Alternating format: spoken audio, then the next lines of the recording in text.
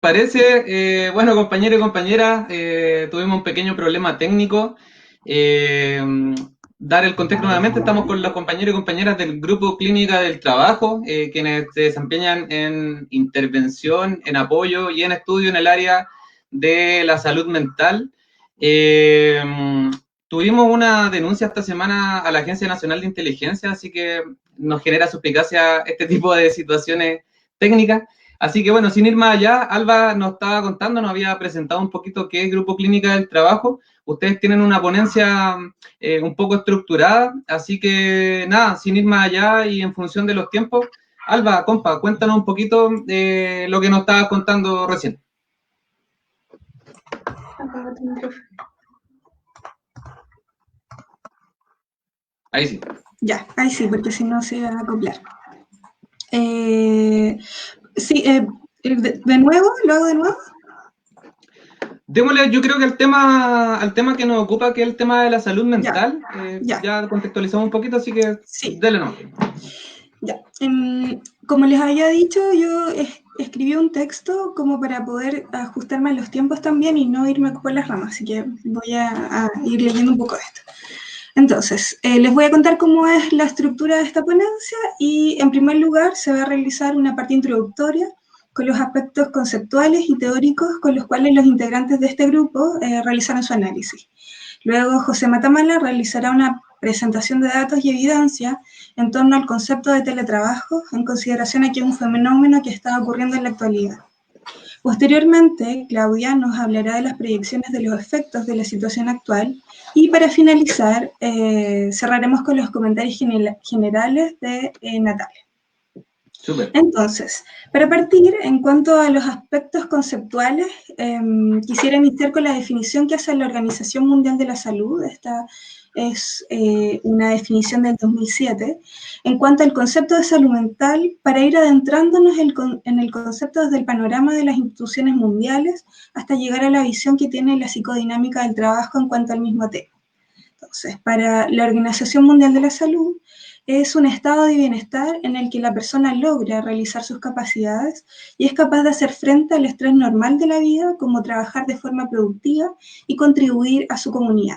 Entonces, este concepto, digamos, que nos señala la Organización Mundial de la Salud, de cierta forma igual nos da alineamientos de hacia dónde tenemos que ir pensando en la salud mental, en consideración a que también nos estructura en cuanto a nuestro trabajo. Bajo esta misma línea podemos encontrar en la teoría de los factores de riesgo psicosociales con Julio César Nefa, que es uno de los autores, en su libro titulado de la misma forma, Factores de riesgo psicosociales, que la salud mental es una construcción de respuestas en torno a cómo resistir y adaptarse a los contextos que se nos presentan en la vida. En consideración a esto, la salud mental de los y las individuos es un estado dinámico que oscila entre el bienestar y el malestar, conforme estos son capaces de sobrellevar las presiones cotidianas de la vida en menor o en mayor medida. O sea, el concepto de salud mental no es un concepto estático y va dependiendo de cómo sea la organización del trabajo, cuáles sean los factores que me afecten, puede que me afecten en mayor o menor medida, porque eso también tiene incidencia en cuanto a tu estilo de personalidad. Cuando una persona logra resistir este estrés que habíamos señalado anteriormente y no mantiene sus capacidades productivas, se produce un desequilibrio que puede derivar en algún trastorno de la salud mental. Estas emergen como manifestaciones internas de la persona frente a contextos adversos. Ahora bien, si solo nos quedáramos con la definición del tema, con esta definición, se podría pensar que es un problema que pasa por el individuo. Sin embargo, es posible señalar que los problemas de salud mental tienen un componente de clase en cuanto existe literatura que reporta una correlación inversa entre morbilidad, esperanza de vida y estado de salud de los individuos, en contraste a la posición que ocupan en la estructura social en materia de empleos, ingresos, educación y acceso a la protección social. Pasando este tema al ámbito del trabajo, los estudios sobre salud mental son relativamente recientes, ya que se inician luego de la Segunda Guerra Mundial, con investigaciones que versaban sobre los efectos terapéuticos que tenía el trabajo sobre las personas, lo que transitó posteriormente hacia estudios en torno a la potencialidad patógena que tenía el trabajo. O sea que en sus inicios se veía el trabajo como algo plenamente saludable, por ejemplo, para los soldados de la época que venían saliendo de la Segunda Guerra Mundial, pero conforme pasaba el tiempo, el trabajo se empezó a observar como un espacio en el que te podías enfermar. Y ahí es donde surge, digamos, la psicodinámica del trabajo, más o menos en la década del 90, con el trabajo de Christopher Deleuze, que por lo demás igual es uno de los autores que nosotros citamos bastante en nuestro grupo, y porque también nos da ciertos lineamientos teóricos. Entonces, la psicodinámica del trabajo puso en evidencia las repercusiones que genera la organización del trabajo y la salud mental. Desde esta perspectiva, la psicodinámica del trabajo manifiesta que el trabajo tiene componentes que lo hacen patologizantes, o sea, que es posible enfermar en cuanto entramos en contacto con estos. Estos aspectos son la intensificación del trabajo, su precarización, los ambientes laborales tendientes al individualismo. O sea, todo esto repercute en la vida psíquica de los trabajadores y trabajadoras, en tanto generan malestar y sufrimiento. Deleuze nos refiere en su libro Trabajo y Sufrimiento, cuando la injusticia se hace banal, que si el sufrimiento no está acompañado por una descompensación psicopatológica, es porque el sujeto despliega con él ciertas defensas que le permiten controlarlo. Para afrontar el sufrimiento en el trabajo, las personas contamos con estrategias defensivas, las cuales son claves para mantener la salud mental, ya que nos desensibilizan ante aquello que nos produce sufrimiento. Existen estrategias colectivas e individuales. Una estrategia defensiva individual, por ejemplo, sería la negación de los hechos. Por lo contrario, una estrategia colectiva sería, por ejemplo, el chiste, el típico chiste que se da en ambientes de trabajo, cargado de sátira, ¿no es cierto?, de humor más bien cargado. Cuando estas estrategias fallan, las personas caen en estados de enfermedades psíquicas y mentales, afectando, por supuesto, la salud mental de los y las trabajadoras. Haciendo la bajada al trabajo de cuidados remunerados, en consideración aquí hay trabajo de cuidados remunerado y no remunerado, ¿no es cierto? Según la Organización Internacional del Trabajo, esta fuerza de trabajo comprende a las trabajadoras y trabajadores que trabajan en los sectores de cuidado o servicios, como lo llamamos comúnmente. Entonces, estos serían el sector de la educación, la salud, el trabajo social, etc. Las condiciones de trabajo a las que se enfrentan estos trabajadores suelen ser de exposición a situaciones de gran carga emocional al trabajar con contextos altamente adversos. Incluso existen estudios que dan cuenta de que los trabajadores del área de servicios están más expuestos y expuestas a vivenciar violencia en sus lugares de trabajo, ya sea entre trabajadores o usuarios de la atención. El sufrimiento de estas trabajadoras y trabajadores se encuentra asociada a la precariedad laboral, al desempleo de larga duración, a la inestabilidad laboral y la falta de recursos para desarrollar el trabajo. Bueno, yo sé que ha sido un poco rápido, pero para finalizar, en consideración en la situación actual del COVID-19, se ha instaurado el teletrabajo como la forma de mantener las labores vigentes. No obstante, esto ha traído aparejado una serie de consecuencias para la vida anímica de las trabajadoras y trabajadores en cuanto emergen exigencias que antes no se presentaban, tal como lidiar con la vida doméstica y familiar con la laboral en el mismo espacio. No existen estudios por el momento que den cuenta de las repercusiones del teletrabajo en la vida anímica de las personas, en consideración a lo reciente que es el fenómeno del COVID, ¿no? No obstante, el esfuerzo de esta ponencia recae en aportar a la reflexión de lo que nos trae vivir esta contingencia de insalubridad como trabajadores y trabajadoras de cuidados. Eso. Súper. Muchas gracias, Alba. Inti, ¿tú nos ibas a poder dar algunos datos más o menos concretos como para poder analizar lo que está diciendo la Alba? Así sí, que mira, cuéntame. Dale, mira, bueno, junto con lo que comentaba la Alba, yo traía como algunos datos de algunos trabajos que hemos realizado nosotros y nosotras en el grupo, principalmente enfocado a los y las trabajadoras del cuidado del sector de subcontratados del Sename como usted. Me gustaría mostrar como una tabla, no sé, voy a ver si puedo compartirla, para mostrar como unos datos primero enfocados a evidencias sobre bienestar o satisfacción con el trabajo y síndrome de quemarse en el trabajo o burnout. Y luego, a ver si me da el tiempo, mostrar algunos datitos también sobre las últimas publicaciones que sacó la Organización Internacional del Trabajo respecto a las repercusiones que tiene el teletrabajo en la salud mental de los y las trabajadoras, que un poco yo creo que el interés también de los y las colegas que trabajan en el sector de los programas psicosociales de infancia, que me imagino que en este momento la gran mayoría o una gran cantidad de trabajadores y trabajadoras está haciendo trabajo remoto o teleworking o como le quieran llamar, ¿vale? Voy a ver si puedo compartir una información.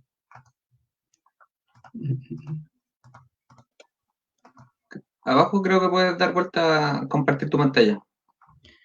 No sé si se ve. No, tienes que apretar ahí, creo que hacer pinchar en la pantalla y luego compartir.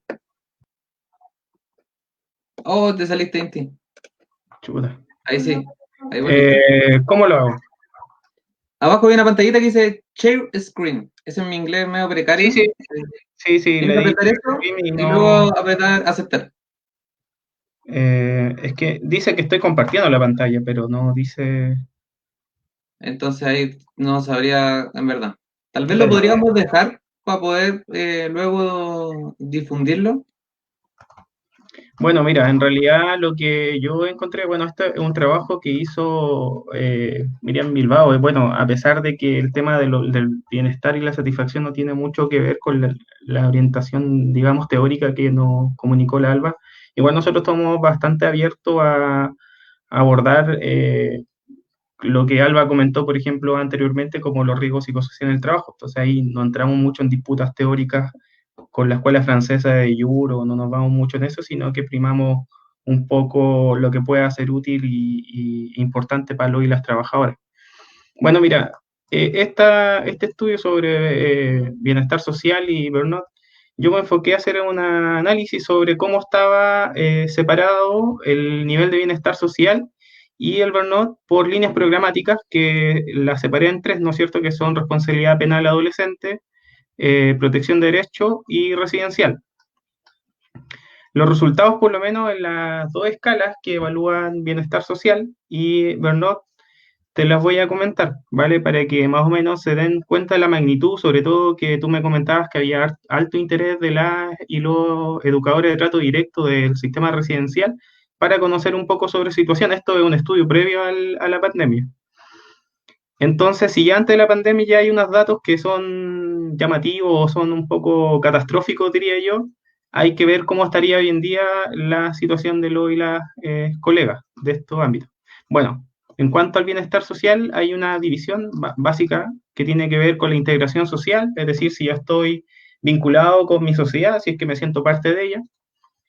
Hay otro componente que es la aceptación social, que tiene que ver con que si efectivamente mis pares o mi entorno inmediato me acepta tal cual como soy, así bien, bien sencillo.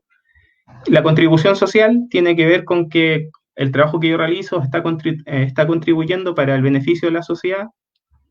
Y si es que yo también, hay otra esfera que se llama actualización social, que tiene que ver con que si mi trabajo me permite, digamos, ciertas transformaciones personales que me hacen sentir que tengo mucha más pericia que lo que tenía anteriormente. Y por último, si es que hay coherencia o siento que hay coherencias sociales, es decir, si es que lo que yo estoy realizando o lo que estoy sintiendo no es contradictorio con lo que está pasando en la sociedad y entonces, por ejemplo, no siento injusticia y eso por el estilo.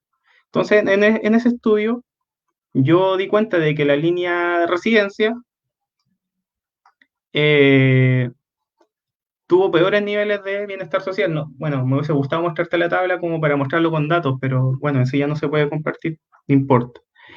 Y en ese sentido quiere decir que comparado con...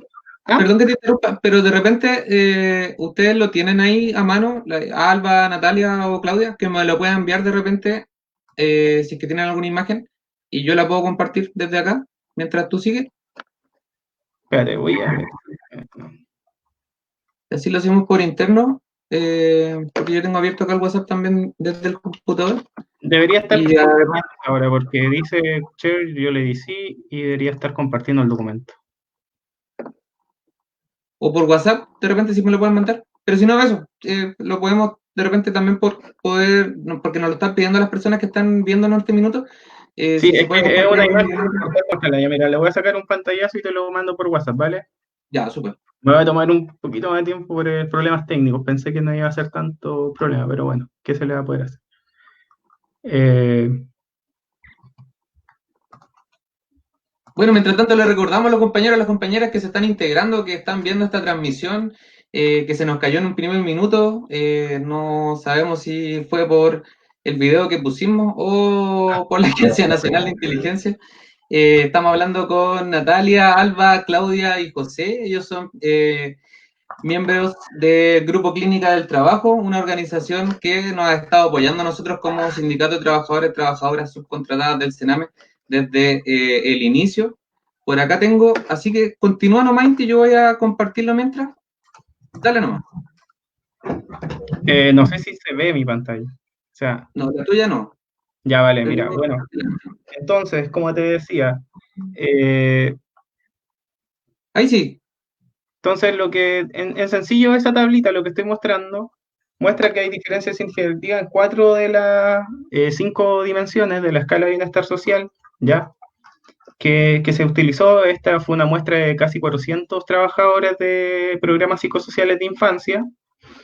Y más abajo muestra en CESQT, que es un instrumento para hablar burnout de Pedro Gilmonte, muestra que también en 3 de las 4 áreas también hubo diferencias significativas importantes, y todas esas diferencias, estos dos puntitos, fueron todas diferencias a favor de lo y las trabajadoras de la línea residencial.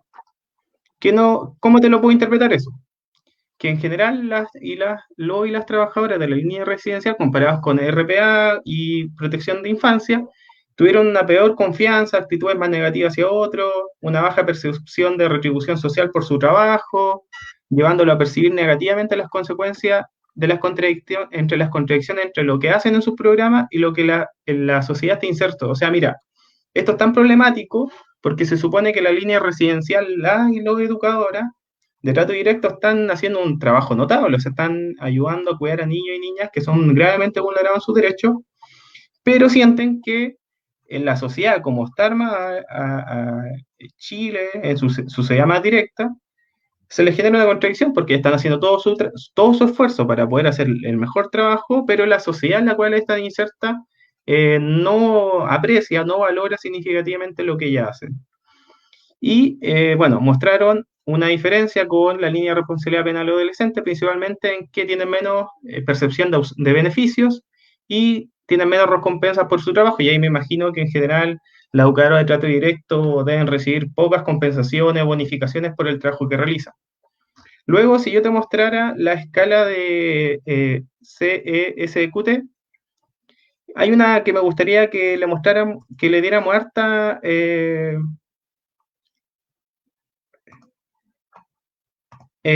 como, no sé si tú lo puedes mostrar para que lo vean las personas en casa, ¿ya? La foto, ya.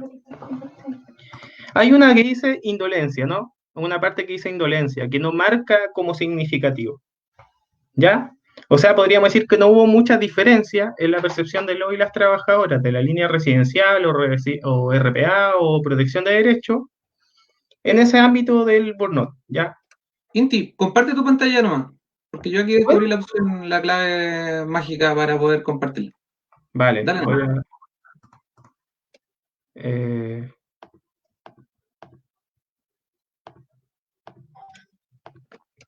Ahí ahí no sí. sé si se comparte.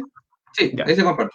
Bueno, en esta que estoy marcando, no sé si se ve lo que marco porque no puedo ver la pantalla de ustedes. Ya. Voy a marcarla con color. Ahí. Eso que está marcado en amarillo es una de las dimensiones, digamos, que eh, la literatura llama como indolencia o cinismo, ¿ya? ¿Eso qué quiere decir? que cuando aumenta la sensación de estrés, bueno, el burnout tiene que ver con un estrés muy agudo, que, como decía Alba, ya está rozando o está rompiendo la estrategia o las coping strategies, que son esta estrategia de afrontamiento al estrés, que nos permiten, digamos, no descompensarnos cuando tenemos una sensación muy alta de estrés. Entonces, el burnout es una exposición crónica a esos niveles muy altos de estrés y en general lo que genera es este cinismo y esta indolencia. ¿Qué significa eso? Que hay una sensación de, digámoslo así, de despersonalización respecto al trato humano que uno realiza.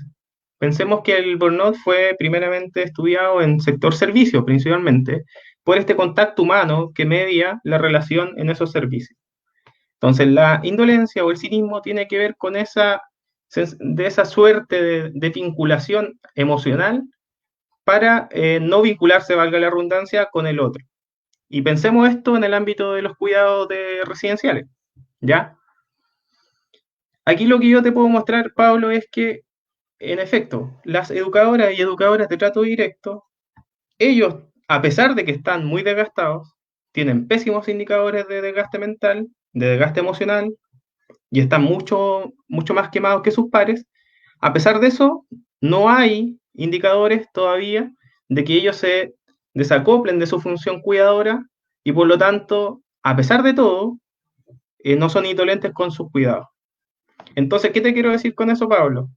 Que, que de repente uno dice, bueno, es que los educadores no hacen bien su pega, pero en realidad los datos nos están diciendo que no es así. O sea, los casos que supimos por Sename, ¿no es cierto? Estos niños muertos y niñas muertas, uno podría decir, claro, o sea, las educadoras y los educadores hacen lo que pueden, ¿no es cierto? Están súper agotadas emocionalmente, pero a pesar de eso no cumplen o sea, no pierden, perdón, su función de cuidado, digamos. No pierden su humanidad.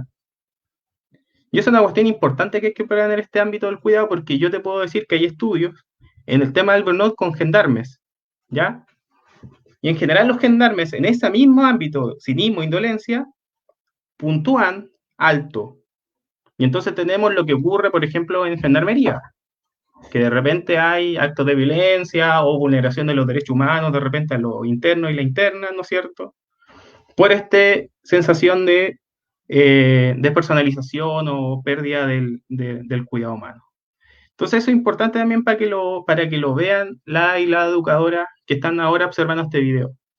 Porque podrán decir, sí, estamos muy agotadas, pero no se puede decir que las educadoras están perdiendo su humanidad en el cuidado de los y las niñas. O sea, acá lo que podemos decir es que, así de crudo, los y las educadoras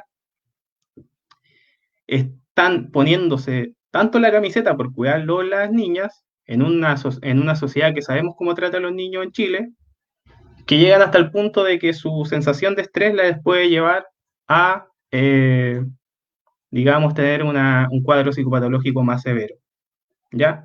Y por lo tanto es súper importante orientar una política de cuidado, que a lo mejor les puedo comentar Claudia y Natalia, hacia este segmento de trabajadores y trabajadoras de las líneas de protección de la infancia, ¿ya? Eso como primer punto quería mencionar. Ahora, como segundo punto, bien breve, sobre el teletrabajo. Hay un informe que está disponible en la página de la Organización Internacional del Trabajo, que es un informe que hizo el Eurofond, que es una consultora, digamos, europea, sobre... Ahí lo estoy compartiendo, ahí estoy compartiendo tu pantalla. Sí, sí. Vale, No, ahí sí. ahí sí. Sobre, bueno, el tema del teletrabajo, ¿ya? O TIC-EM, que es la incorporación de teletrabajo más aplicaciones TIC. Tenemos que ver que el teletrabajo no es solo estar en tu casa sentado en un, digamos, escritorio, sino que también tiene que ver que hay que trabajadores y trabajadores que utilizan aplicaciones y hacen trabajo no dentro de la dependencia, sino que utilizan apps, ¿vale? Entonces son teletrabajadores móviles, podríamos decir. Y bueno, este informe es del 2009, para ahí más adelante le podemos dejar el link a las personas que están viendo. Te quería mostrar algunas cosas, ¿vale? Bueno, en general el tema del teletrabajo viene muy aparejado con las transformaciones de la industria 4.0, que se llama, que es la incorporación masiva y pertinente, así como de tecnología. Y que al final igual tensiona bastante a los y las trabajadoras porque significa, en la mayoría de los casos, destrucción de empleos. Bien, entonces tenemos esta primera estadística, podemos decir, el porcentaje de trabajadores con autonomía al tiempo de trabajo por tipo de TIP. En este caso, acá se para por si hace teletrabajo la dependencia del empleador, teletrabajo en casa o con alta movilidad o hace un teletrabajo ocasional y se separa por mujeres y hombres. Y vemos, por ejemplo, si tienen autonomía o no tienen autonomía de su tiempo. Y podemos ver que en general, hombres y mujeres, es como que las horas no se pueden cambiar, ¿no es cierto?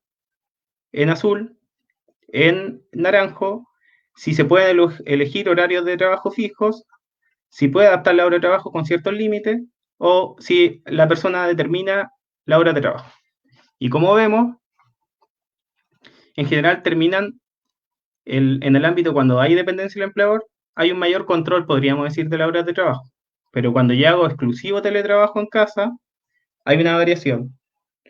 Hay una mayor determinación de los hombres para poder hacer, organizar, digamos, su propio horario en desmedro de las mujeres. No sé si lo pueden apreciar, pero bueno, en los 4, digamos, barritas que están al lado de las 2 primeras. Voy a seguir avanzando, como puedo mostrar. Voy a meterme con el tema principalmente la salud mental para que lo puedan ver. Estamos abajo. Bueno.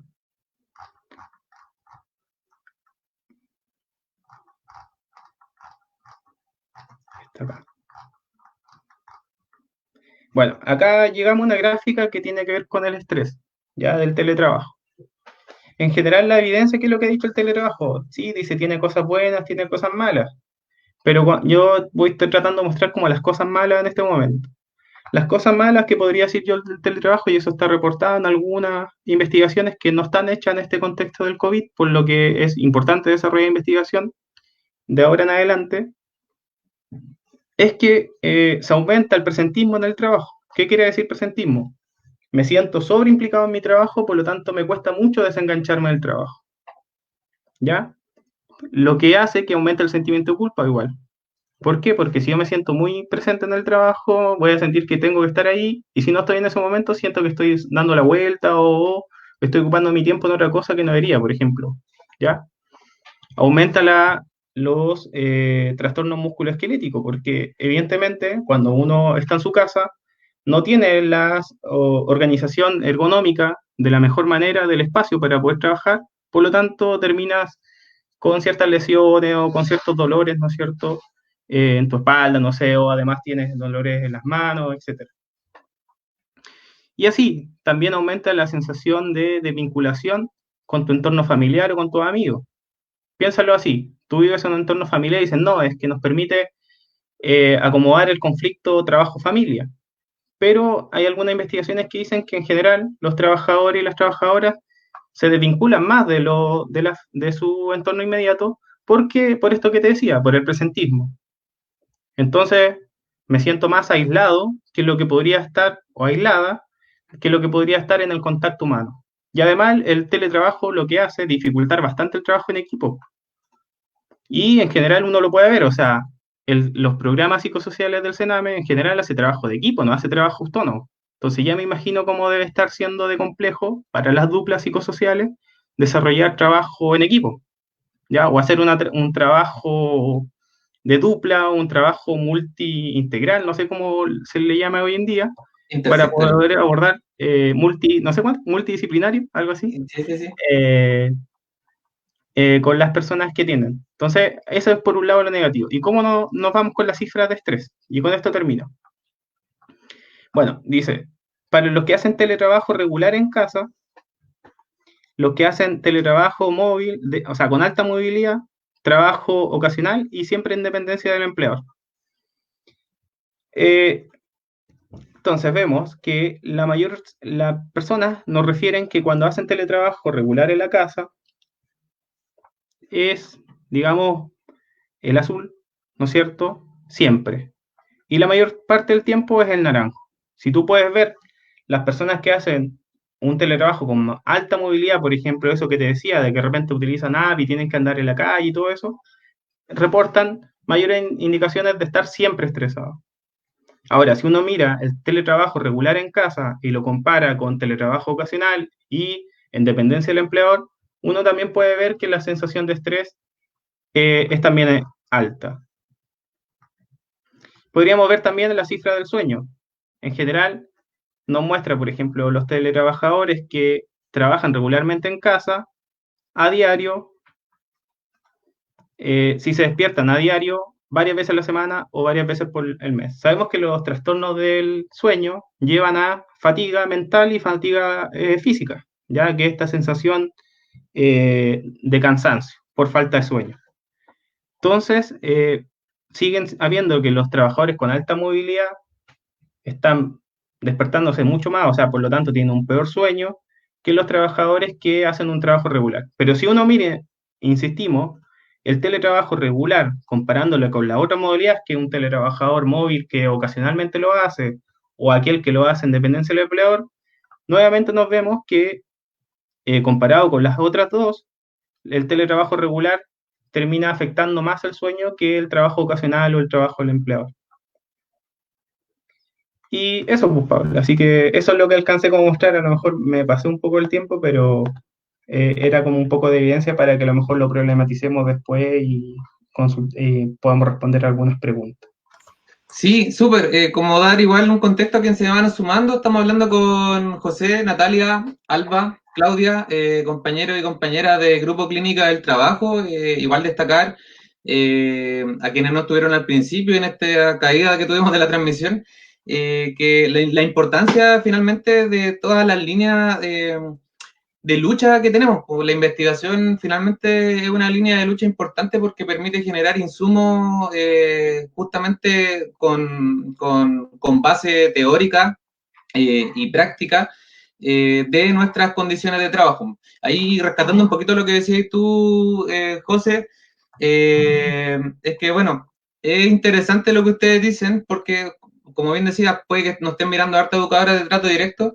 Y qué interesante saber de que, pese a que las educadoras de trato directo probablemente sean las más violentadas, las más precarizadas, no transmitan necesariamente esa violencia hacia niños, niñas y jóvenes, y eso es un insumo súper importante.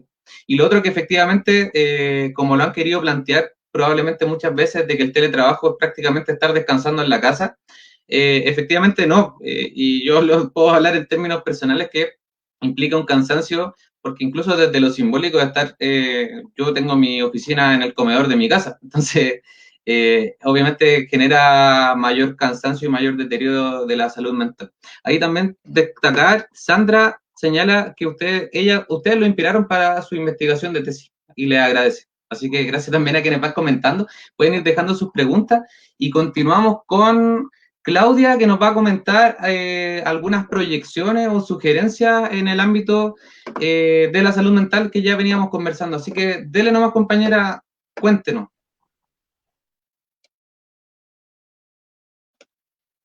Tienes que prender tu micrófono, compañera. Esto es como la televisión en vivo. Sí, Ahí sí. ahí sí. Sí, ahí sí. Lo había aprendido para ese destiempo. Bueno, quería saludar a todos y todas, a mis compañeros también, que bueno, por el tema de la pandemia nosotros también estamos trabajando virtualmente. Y bueno, y esto es transversal, ¿cierto? Nos afecta a todos y todas de distintas maneras. Bueno, yo quería comenzar y bueno, darle un saludo a las educadoras de trato directo y decir que yo en alguna época también lo fui. Así que más o menos conozco, hace muchos años atrás, en alguna institución de Sename que trabajó con niños y niñas en calle. Yo creo que han cambiado bastante las condiciones, pero más o menos quiero contextualizar que, bueno, que el trabajo de cuidado que realizan las trabajadoras principalmente es un trabajo, ¿cierto?, altamente feminizado también, ¿no? Y que, bueno, es una labor exigente en donde claramente hay una falta de reconocimiento y que además es un trabajo que porta mucho sufrimiento y psíquico, ¿ya? Incluso en tiempos como, bueno, estoy citando aquí a Daniel Ansaldo, de Trayectos Vivos, incluso en tiempos sin COVID, ¿ya? Si bien es cierto, estamos hablando de la actualidad, bueno, del tiempo de COVID, ¿no? En tiempos de pandemia, en donde surgen un montón de otras ansiedades en los trabajadores que cuidan, ¿cierto? Pero bueno, pero este trabajo ha mantenido durante mucho tiempo falta de reconocimiento, y eso también es causa, ¿cierto?, de un sufrimiento en los y las trabajadoras. Ahora yo quería puntualizar que finalmente es difícil poder proyectar, como decía Alba al principio, es difícil poder, es algo que está ocurriendo, ¿no? Es algo que recién estamos viendo, es un fenómeno actual, ¿cierto? Es algo que no habíamos visto, al menos las generaciones actuales, digamos, de trabajadores y trabajadoras, no hemos vivido algo que tenga que ver con este nivel de confinamiento, con este nivel de precarización laboral también, ¿no? Es decir, porque además de estar en una situación de pandemia, también, bueno, tenemos que hablar también de cómo el gobierno actual también ha utilizado ciertas herramientas para seguir precarizando a los trabajadores. Y eso también genera más incertidumbre de lo que puede generar incluso el COVID, ¿ya? Bueno, y esto yo quería puntualizar que, bueno, que si bien es cierto no se puede proyectar una situación, no estamos hablando de números, ¿cierto? No estamos haciendo modelos científicos en donde podemos hacer un modelo que hable de ciertas proyecciones a 100 años, a 10 años. Estamos todos mirando lo que está pasando, observando, estamos todos también de alguna manera impactados, ¿cierto?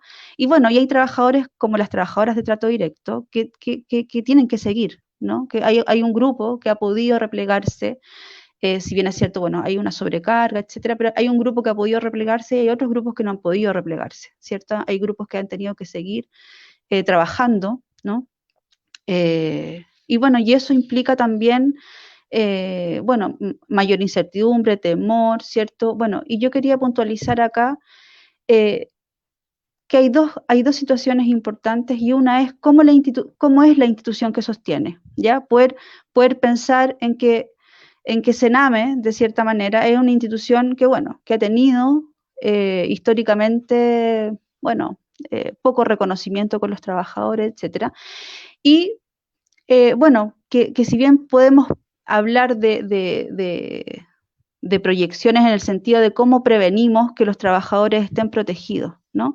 Y uno de esos aspectos es que los trabajadores, bueno, que la institución pudiera asumir de cierta manera, bueno, lo que le compete, ¿no? Poner los insumos, ser flexibles en el tema de los horarios, es decir, la institución debería dar un marco material y simbólico, por decirlo de alguna manera, para sostener a estos trabajadores que no han podido replegarse y han tenido que seguir ejerciendo sus labores, como son, bueno, la educadora de trato directo, ¿cierto? Que están en las casas de acogida o que están en las residencias, ¿cierto? Estaba pensando en las residencias de lactantes, ¿no? En donde, bueno, hay una maquinaria, digamos, o hay un circuito que no se puede detener, ¿no? Porque los bebés viven en esos lugares, ¿no? Bueno, que son sobre todo las residencias de lactantes que reciben niños como la Fundación San José, que son entes colaboradores también de Sename, ¿cierto? Y que administran de alguna manera los proyectos de Sename. Y bueno, y cómo tenemos que pensar en que para poder prevenir esta situación de posterior que se puede dar en relación al malestar subjetivo, que es un malestar además que no se ve, ¿no? Es decir, como es del campo de lo subjetivo, no hay materialidad que nosotros podamos, bueno, claramente hay síntomas posteriores, enfermedades, bueno, etcétera, pero en lo concreto es algo que no se ve tanto, ¿no? Los malestares subjetivos, el tema de la salud mental de los trabajadores, si bien es cierto en otros países está más avanzado o hay más investigaciones, en Chile todavía es algo que está todavía mirándose, ¿no? Entendiendo que hay un malestar que tiene que ver con el trabajo y que claramente es del orden de lo subjetivo, por lo tanto no se ve. Ahora, lo otro bueno, como haciendo un panorama más institucional, bueno, Sename es una institución inmensa, ¿no? Que tiene distintos entes que son colaboradores y que administran distintos proyectos. Bueno, ahí será cada institución cómo poder entender bueno, que la institución debería dar este marco. Y el segundo punto, cómo es hablar, por ejemplo, del tema de la cooperación como posibilidad de protección. Es decir, el miedo en el trabajo es una vivencia compartida y requiere formas colectivas para ser elaborado. Es decir, los trabajadores efectivamente han construido, como decía Inti y Alba, han construido estrategias defensivas, ¿cierto?, para poder hacer el trabajo. Una de ellas, bueno, es el humor, la otra es la cooperación. La cooperación es una de las estrategias más importantes para poder protegerse, para poder cuidarse y para poder desarrollar la tarea, es decir, el trabajo en sí mismo, de una manera más saludable, ¿ya? De alguna manera, bueno, y aquí nos ponemos en una situación, como decía al principio, de que estamos observando lo que está pasando, ¿no? Por lo tanto, yo pensaría en cómo esta pandemia impacta en la actualidad a los equipos de trabajo, en cómo los pilló, digamos, cómo los pilló, cómo estaban parados, digamos, ¿no? Porque hay una infinidad de equipos distintos, y yo pensaba en esto de, bueno, ¿en qué estaban desarrollando? Estaban trabajando colectivamente, ya estaban con sobrecarga laboral, cómo estaba haciendo la cooperación de estos equipos en el trabajo. Y bueno, y una de las cosas importantes para poder protegerse, para poder defenderse, para poder de alguna manera prevenir esta psicopatología del trabajo, ¿no? Que la vamos a ver a posteriori, porque, bueno, como yo decía, estamos observando todavía esto, lo están vivenciando aún los trabajadores, ¿no? Lo están recién, hace 2 meses, 1 mes y medio, corporalizando de alguna manera, como este es el momento de ver, ¿no? Después será el momento, bueno, de saber, bueno, de hacer como una sistematización de lo que les pasó, de poder, bueno, hablar sobre ello, ¿no? Pero hoy día todavía estamos en una situación en donde los trabajadores están siendo impactados por las condiciones actuales, ¿no? Bueno, y como esto es una estrategia, bueno, yo quería decir que, bueno, pensar los equipos de trabajo en cuáles son los lazos que van a construir, cuáles son los lazos que venían teniendo y cuáles son los lazos que van a, bueno, que van a propiciar al interior de los equipos de trabajo. Y yo no hablo de lazos en relación a la amistad, sino me refiero a los lazos de cooperación para ejercer y ejecutar el trabajo en conjunto. Cómo los trabajadores se sienten respaldados por los otros, cómo los trabajadores se sienten reconocidos por los otros. Ahora, podemos pensar que pueden haber instituciones, vamos a ponernos en la ilusión, ¿no? En la cosa más ilusoria, en donde podemos pensar que las instituciones podrían, de alguna manera, bueno, ser buenos marcos, ¿no? Poder contener las ansiedades más catastróficas, por decirlo de alguna manera, de los trabajadores. Pongámonos en un escenario más bien fantasioso, ¿no? En donde las instituciones efectivamente logran ser un marco de respaldo para ellos, entregar los insumos, ser flexibles en los horarios, ¿cierto? Pero si estos lazos de cooperación al interior de la institución, es decir, los que generan los mismos trabajadores, ¿no? A través de la posibilidad de autogestión, ¿no? Es decir, que los trabajadores puedan generar como equipo, como trabajadores, independiente de lo que designe la institución, estos lazos de cooperación como una estrategia para defenderse en relación a al malestar psíquico que genera este trabajo, bueno, podemos hablar de que va a haber un porvenir, una posteriori en donde los trabajadores van a ser capaces de poder salir bien parados, por decirlo de alguna forma coloquial, ¿no? De esta crisis, ¿no? Es decir, que bueno, pero si no, es decir, si la institución podría generar, como yo decía, todas las condiciones materiales excelentes, y si no existen estos lazos, bueno, podemos hablar de que podrían acrecentarse fuertemente los índices de psicopatología al interior de los equipos de trabajo. Es decir, lo que quiero recalcar acá es la cooperación es una de las mejores y grandes posibilidades que tienen los trabajadores para protegerse y para cuidarse. Es decir, son tiempos para reunirse, para hablar, para contenerse, para mirar al otro, para estar muy atento a lo que el otro, a lo que el otro necesita en términos de cooperar con lo que el otro necesita en términos del trabajo. Ahora también me gustaría puntualizar que hay algo que hemos visto en este tiempo, que es los aplausos, ¿no? Que los trabajadores salen y los aplauden, ¿cierto? Bueno, eso es un reconocimiento. Bueno, sí, podemos pensar que, bueno, que efectivamente eso no es lo que necesitan esos trabajadores, etcétera, pero también yo creo que los trabajadores tienen que tener muy claro que aquí, bueno, no necesitamos héroes, ¿no? Es decir, esto de ser héroes tampoco es algo muy positivo en términos de que podría impulsar a los trabajadores de cierta manera, a enfrentarse a situaciones que no les corresponden, a arriesgarse, ¿ya? Es decir, bueno, que los trabajadores puedan ejecutar una tarea de una manera colectiva, con cooperación, para poder protegerse de una manera mejor. Bueno, y si no hay lazos entre los y los trabajadores, será muy difícil lograr proyectar salir de esta pandemia de una manera protegida. Eso, no sé, ¿alguna pregunta? No sé. Súper, Claudia. Yo estoy anotando algunas cositas que me gustaría tal vez decirlas al final. No sé si continuamos con Natalia y al final de repente podemos también un poco abrir la discusión en función de las cosas que han ido diciendo y de algunos comentarios también que en general son de agradecimiento a los temas que se han ido conversando acá, que es un tema bastante descuidado y súper poco abordado, el cuidado de la salud mental, como para dar un contexto, un marco mínimo. Los programas, al menos ambulatorios, que es donde yo tenía la posibilidad de trabajar, tienen 2 jornadas de autocuidado al año, que es como el espacio de cuidado de la salud mental formal, digamos, que evidentemente no alcanzan a cubrir las necesidades de salud mental que tenemos en nuestro ejercicio diario. Y hablo casi desde una condición de privilegio, a diferencia de quienes, como bien decía Claudia, ejercen los roles de cuidado, que es un rol bastante feminizado, así que eso. Compañera Natalia. Hola, buenas noches.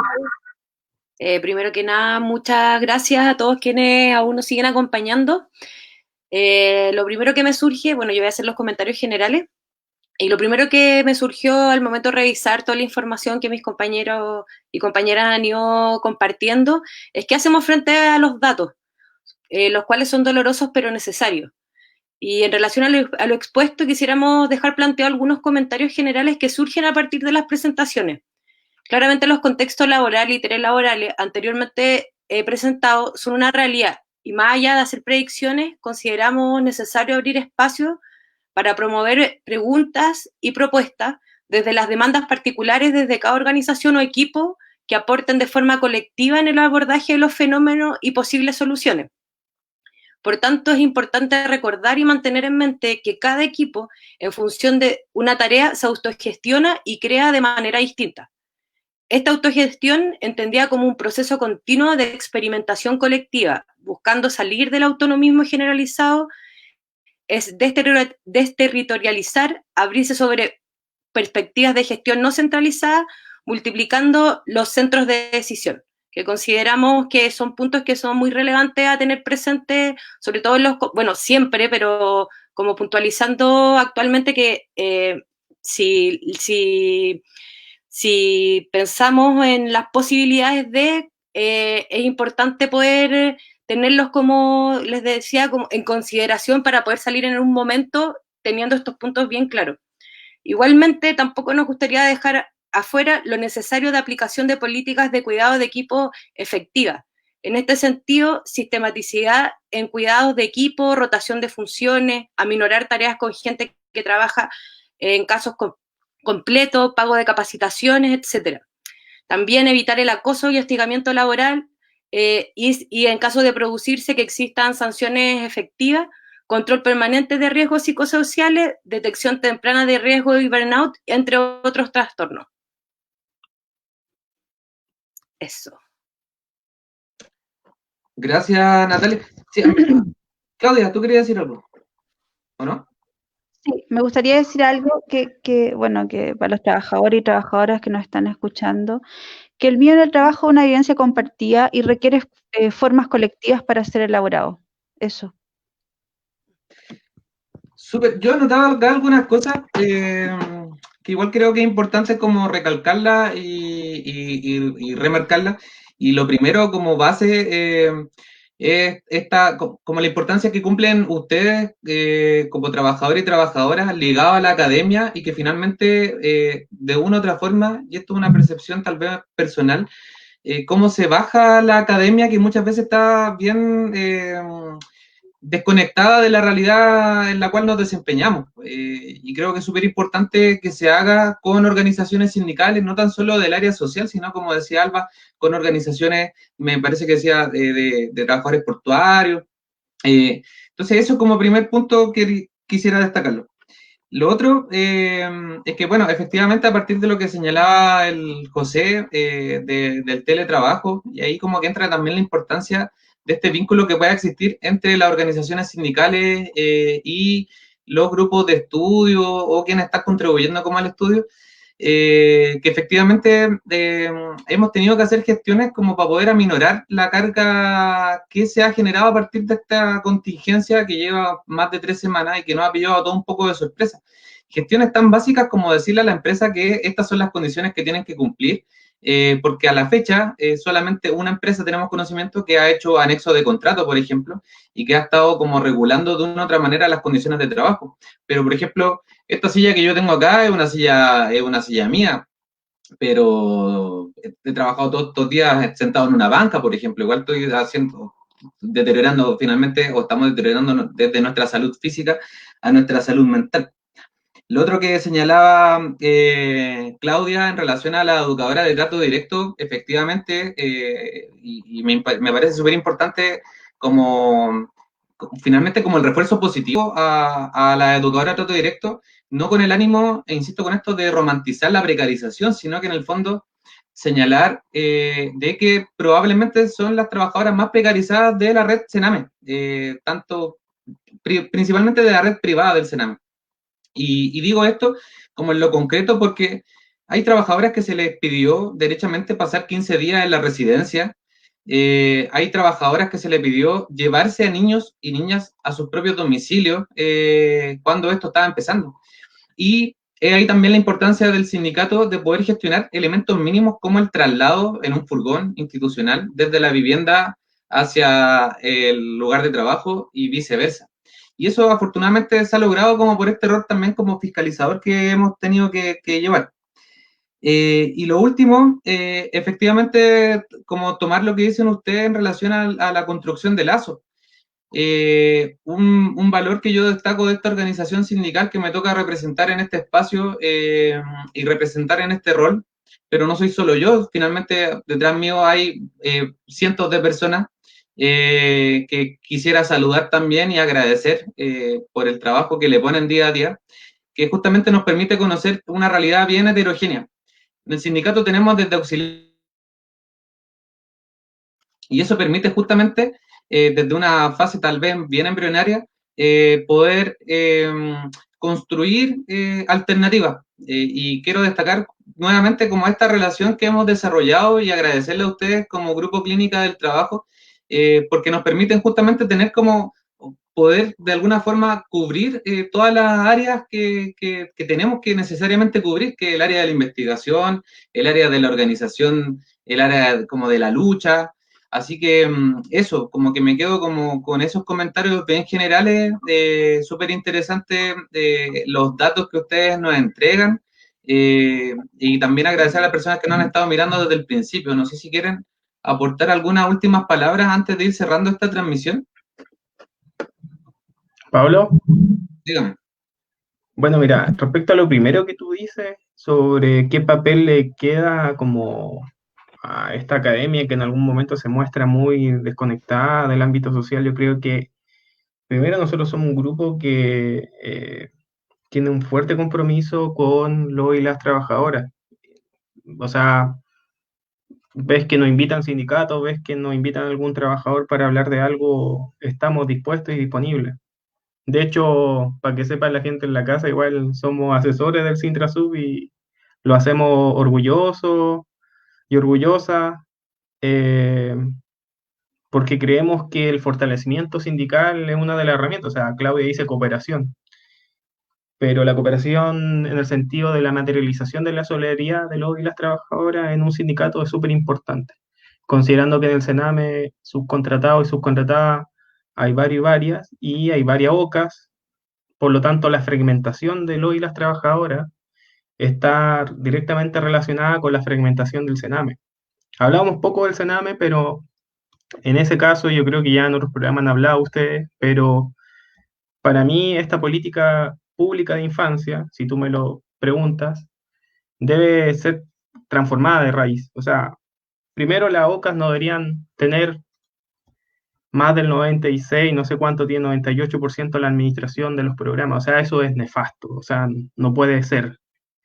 Tiene que existir una política nacional de cuidado y en ese sentido uno puede ver los programas que han sacado la coordinadora 8M, las feministas que llevan mucho más avanzado que nosotros como grupo de investigación, inclusive esa idea. O sea, generar un sistema nacional de cuidado significa que los cuidados que ya estaban haciendo mella, estaban haciendo crisis, tengan un sitial que se merece y por lo tanto sea de preocupación pública y no haya un lucro privado, en este caso, como lo hacen las OCAs, porque ellas dicen, claro, no lucramos, pero en cierta manera basta revisar los aposamientos, un posamiento, no sé cómo se llama, para darse cuenta cuántos son las cuentas que tiene Corporación Yequén, las corporaciones más grandes, Opción, etcétera, para darse cuenta que son una empresa como cualquier otra y la misión de una empresa en el sistema capitalista es acumular capital, así que da lo mismo lo que ellas se digan a sí mismas, que no son empresas o todo, pero son empresas de hecho y derecho. Pero no puede ser posible que sean privados los que ejecuten la política pública, sino que un sistema nacional centralizado que se haga cargo. ¿Ya? Y eso se ha hablado muy poco en tema de la reforma de la política niñez, ¿no es cierto? Casi nada aparece, si uno revisa los proyectos de ley, no aparecen casi los trabajadores y las trabajadoras, es como que no existieran, como que son, si los niños para el Sename son estos stock, como le llamó en algún momento la ministra, ¿no es cierto? Los trabajadores, digámoslo así, son unos operarios nomás de la política pública y que tienen que tratar de hacérselas como se pueden. Eso tiene que cambiar de plan. O sea, si nosotros estamos hablando de que hay un desgaste, si hay violencia laboral, porque también hemos hecho investigaciones sobre violencia laboral en programas psicosociales en AVE y nos hemos dado cuenta de casos terribles con colegas, casos terribles, nefastos de ver. Tenemos que cambiar la política pública de infancia, es un imperativo, o sea, la tarea del sindicato tiene que andar por ahí, la tarea de los y las profesionales tiene que andar por ahí, o sea, no puede ser que exista fragmentación en la política social de infancia porque eso además te impide generar una buena recuperación del gasto psíquico que tú haces. O sea, tú mismo decías, 2 autocuidados al año, eso... Y en general los programas lo que hacen son asados, un paseo, y sería. Y media jornada de tarde libre, pero en realidad siempre individual, nunca una cuestión colectiva.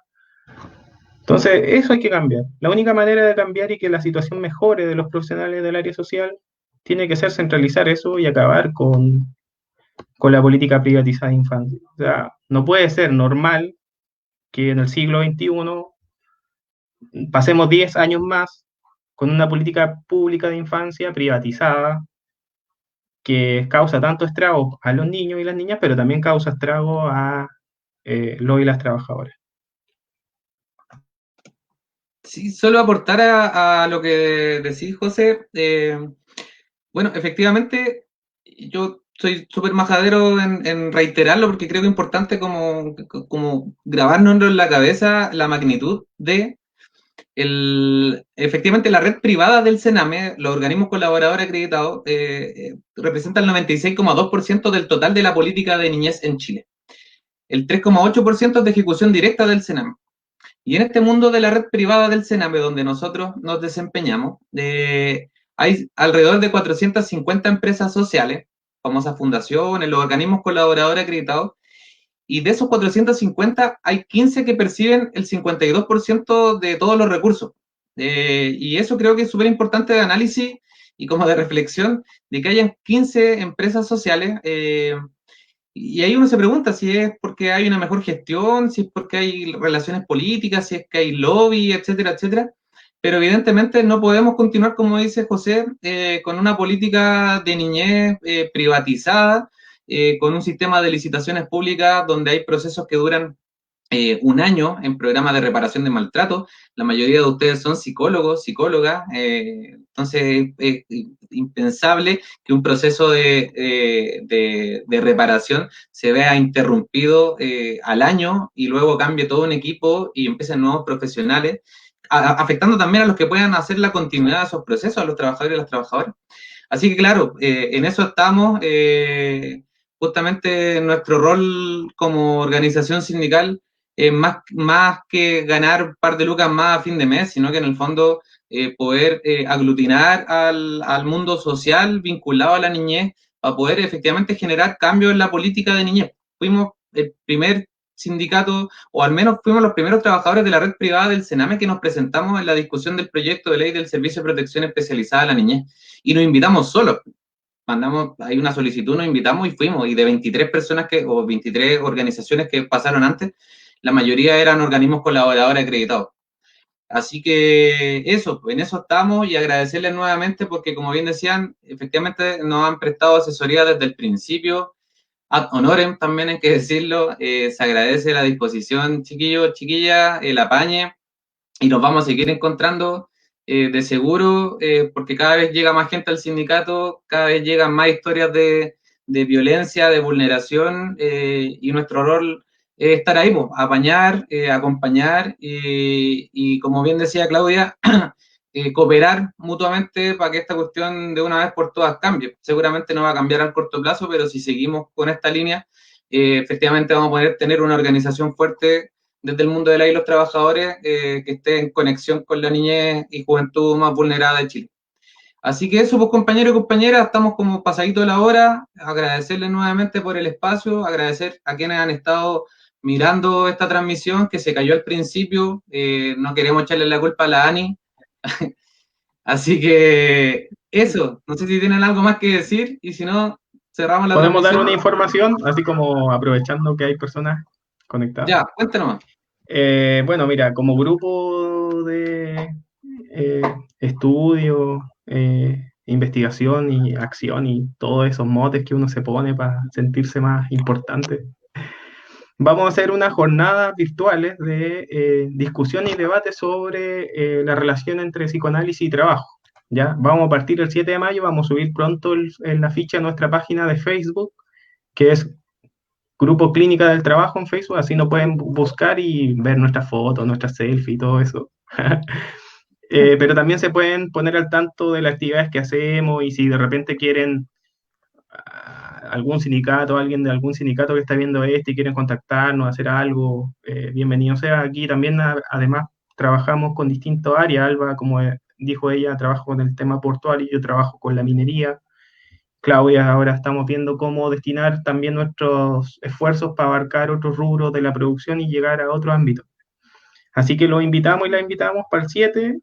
Vamos a subir a la ficha, así que ahí después nos pueden escribir, y si quieren participar, bienvenido sea para esa jornada de formación, ¿ya? Y hay unas cartillas igual que estamos haciendo como informativa, hay una en nuestra Facebook que la pueden buscar, si la necesitan en PDF se las puedo mandar, sobre el teletrabajo, así como bien simple, para problematizar sobre el tema del teletrabajo, también está. Y vamos a subir otro afiche así como para, si es que lo necesitan y lo puedan compartir, y también vamos generando ese tipo de actividad.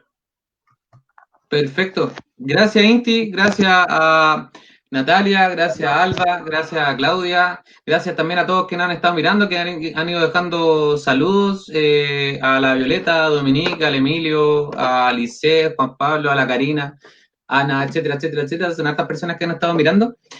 Nada, también pasando ahí como la publicidad, bueno, vamos a compartirlo obviamente dentro de nuestras plataformas a partir de esta semana y a partir de esta contingencia de la denuncia que hicimos en este convenio Sename-ANI. Tenemos Twitter, así que tenemos ahí, es Sintrasub-Sename, y tenemos Instagram, que es sintrasub.sename.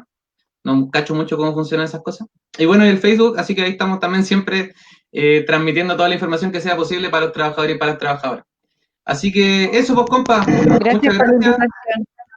Súper. Y la próxima semana, el próximo jueves, vamos a estar con las compañeras de la Comisión Feminista, tenemos ahí una sorpresa para poder también hablar temas vinculados al género, a lo que bien decía Claudia, a este doble rol que tienen las mujeres en el área social, que se espera labores de cuidado muchas veces. Es aberrante que se le pida a una trabajadora que se lleve un niño para la casa, que rompe todos los marcos de cualquier teoría de intervención. Así que eso, el próximo jueves a la misma hora, esperamos no tener problemas técnicos, vamos a estar con las compañeras de la Comisión Feminista del Sindicato, así que también lo vamos a estar ahí esperando y difundiendo con antelación. Muchas gracias, compa, y eso, nos vemos, aguante, vamos arriba. Nos vemos.